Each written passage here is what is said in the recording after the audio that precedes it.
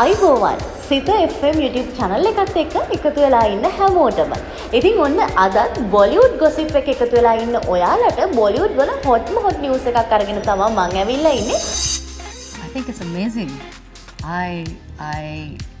I was told when I got divorced, I was told, why the hell did you get divorced?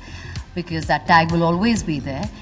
And then to find love after getting divorced, that was another thing. How can she find love after getting divorced? And then finding love with a younger man.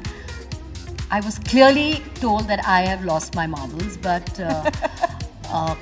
I would just like to say that love doesn't really have an age, right? I mean, if you fall in love, you fall in love. And I think irrespective of whether he's a younger man or an older man, that shouldn't really define the space that we are in. And I'm just happy and grateful that I found a partner who understands me. So be it. I mean, if he's younger, so be it. I think the fact that he is younger keeps me younger. It keeps me happy and keeps me younger. And I feel, I don't know, I just feel on top of the world. And I think all the women in the room will agree with me.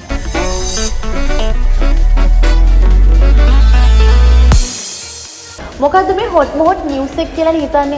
ඉතින් Bollywood වල කතා බහට ලක්විච්ච couple එකක් break up වෙලා කියලා ඔන්න මේ දවස්වල ආරංචියක් යනවා. කවුද මේ කපල් එක? ඒ තමයි මලයිකා අවුරෝරා එතකොට අර්ජුන් කපූර්.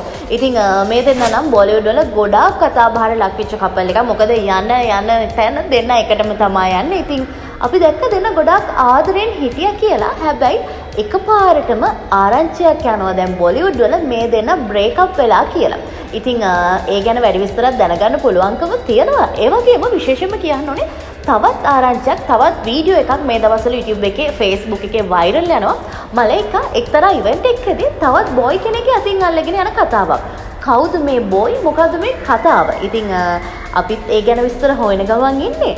ලැබිච්ච ගමන් ආයෙත් ඔයාලට ඒ ගැන විස්තර කියන්නම්. ඉතින් මේ වගේ බොලිවුඩ් වල hotම hot gossip දැනගන්න ඔයාලට පුළුවන්කම තියෙනවා.